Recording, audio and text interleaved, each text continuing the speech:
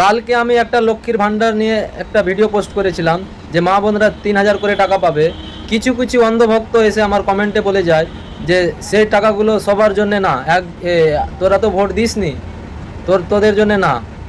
তো এই যে তোদের শুভেন্দু কি বলছে, কান পেতে শুনে যাও, ভিডিওটা সম্পূর্ণ দেখো আর সবাই শেয়ার করো ভিডিওটাকে। হিন্দু হন আর মুসলমান হন, ভারতীয় হলেই বাড়ি পাবেন। মোদিজি দেবে 1,20,000, আগামী বিজেপির সরকার দেবে 1,80,000, 3 লাখের বাড়ি। সৌর আলো দেব, অরুণোদয়, ইলেকট্রিক বিল দিতে হবে না। গোটা ভারতে নরেন্দ্র মোদীজির সরকার দিয়েছে, বাড়ি প্রতি 80,000 টাকা দিয়েছে। সুশান্তরা করছে তাদের এলাকায়। এখানে অরুণোদয় নেই, প্রধানমন্ত্রী সূর্য ঘর নেই। 8,000 কোটি টাকা জল জীবন মিশনে দিয়েছিল। কোন গ্রামে নলে জল এসেছে? চাকদা আর্সেনিক প্রন এরিয়া, বলুন কোন গ্রামে নলে জল এসেছে? নল আছে?